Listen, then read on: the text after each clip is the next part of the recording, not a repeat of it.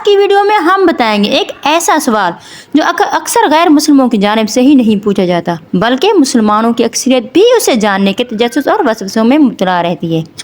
کہ اگر ہر چیز کا خالق ہے یعنی پیدا کرنے والا ہے، تو پھر اللہ تعالیٰ کا خالق کون ہے؟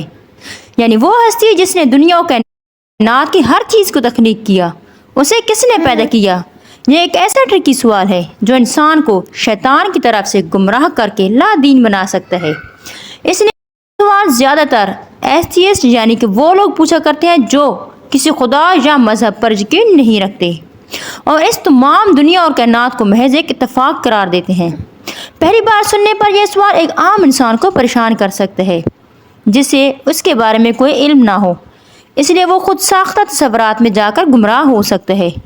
اور شیطان اسی چیز کا فائدہ اٹھا کر انسانوں کو روز اول سے گمراہ کر رہا ہے اور قیامت تک کرتا رہے گا،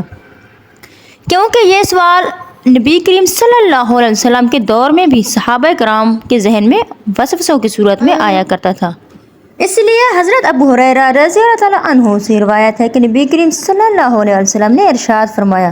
کہ شیطان تم لوگوں کے پاس آ کر کہے گا کہ آسمانوں کو کس نے بنایا؟ تم کہو گے کہ اللہ تعالیٰ نے بنایا۔ پھر پوچھے گا کہ زمین کو کس نے بنایا؟ تم کہو گے کہ اللہ نے بنایا۔ پھر وہ سوال کرے گا کہ اللہ کو کس نے بنایا؟ اگر کسی کے دماغ میں ایسا سوال آئے تو اسے چاہیے کہ وہ کہے میں اللہ اور اس کے رسول پر یقین رکھتا ہوں۔ آپ صلی اللہ علیہ وسلم نے ایسا اس لیے نہیں فرمایا کہ اس سوال کا جواب نہیں ہے، بلکہ اس لیے فرمایا کہ اللہ تعالی ہمیں شیطانی وسوسوں سے نکال دے۔ اگر کوئی مسلمان بھی یہ سوال کرتا ہے تو اسے روکنا نہیں چاہیے، کیونکہ سوال کرنا اور جاننا ہر ایک کا حق ہے۔ اگر موقع پر اسے سوالوں کے تسلی بخش جواب نہ دیے جائیں تو وہ مزید گمراہ کن تصورات کو جنم دیتے ہیں، کیونکہ ہمارا دماغ ایک ایسے باغ کی طرح ہے جس میں لمبی گھاس کی شکل کے تصورات اور خیالات موجود ہیں۔ اگر انہیں وقت پر نہیں کاٹا جائے گا تو یہ مزید بڑھتے ہی جائیں گے۔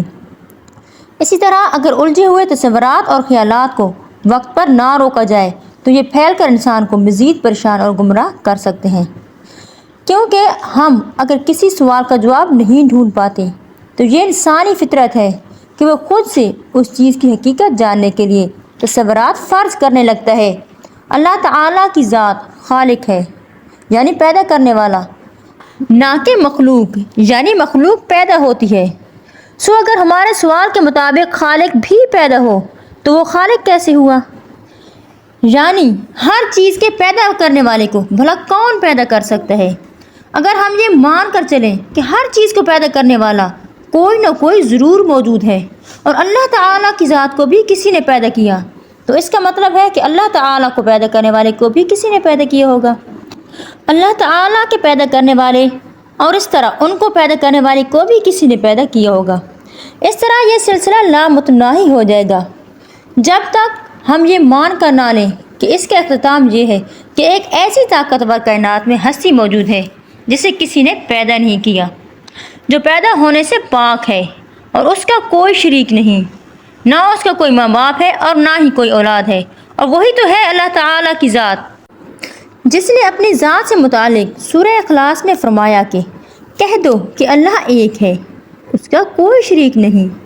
نہ ہی اس کو کسی نے پیدا کیا اور نہ ہی اس کی کوئی اولاد ہے، اس جیسا کوئی نہیں۔ بالکل اس طرح سے عقل بھی اس بات کو تسلیم کرتی ہے کہ اگر اللہ تعالیٰ کی ذات کا کوئی شریک ہوتا یعنی دوسرا خدا موجود ہوتا تو کیا وہ اس کائنات پر قبضے کے لیے ان دونوں خداؤں میں جنگ نہ ہوتی؟ یقیناً ایسا ہونا چاہیے تھا، لیکن اللہ تعالیٰ کی ذات وحدہ لا شریک ہے، جس کا ثبوت یہ ہے کہ اس کائنات کو پیدا کرنے والے اللہ نے آج سے 1400 سال پہلے اس کائنات کی تخلیق کے متعلق جو کچھ بھی بتایا، سائنس اسے 20ویں صدی عیسوی میں جا کر لفظ بلفظ تسلیم کر رہی ہے۔ 1400 سال پہلے کون سی ہستی بنا کسی سائنٹیفک ریسرچ اور انسٹرومنٹ کے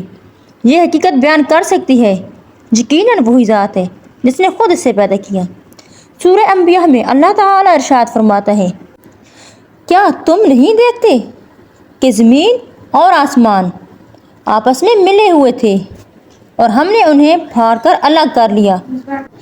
اور ہر زندہ چیز کو پانی سے پیدا کیا، تو کیا وہ ایمان نہیں لائیں گے؟ قرآن کریم کی یہ صورت 21ویں صدی کی دریافت یعنی کہ بگ بینگ تھیوری کی وضاحت کرتی ہے کہ ایک نتھنگ پوائنٹ سے کائنات دھماکے کی صورت میں پھیلنا شروع ہوئی اور ہر چیز پانی سے تخلیق ہوئی۔ اس کے علاوہ زمین پر ہزاروں سال تک کم و بیش 1,24,000 پیغمبر ایک ہی دین حق کا پیغام لے کر آئے جو اپنے اپنے مختلف وقت اور قوموں میں اتارے گئے۔ یہ محض اتفاق نہیں، چلو فرض کر لیتے ہیں کہ ان میں سے کچھ لوگوں نے صرف دنیاوی فائدوں کے لیے ایسا کیا ہو، لیکن 1,24,000 پیغمبروں کا ایک ہی اللہ کی عبادت کے لیے بلانا محض اتفاق نہیں ہو سکتا ہے۔ پیارے ساتھیوں، شیطان انسانی فطرت سے اچھی طرح سے واقف ہے، لہٰذا کسی بھی طرح سے وہ انسان کو وسوسوں میں ڈال کر الجھانے کی کوشش کرتا ہے، طرح طرح کے سوالات انسان کے ذہن میں ڈالتا ہے۔ تو ان وسوسوں سے بچنے کے لیے انسان کو چاہیے کہ وہ پہلے اعوذ باللہ من الشیطان الرجیم پڑھے اور اس کے بعد کہے کہ میں اللہ اور اس کے رسول پر ایمان رکھتا ہوں، تاکہ وہ شیطانی وسوسوں سے بچ سکے۔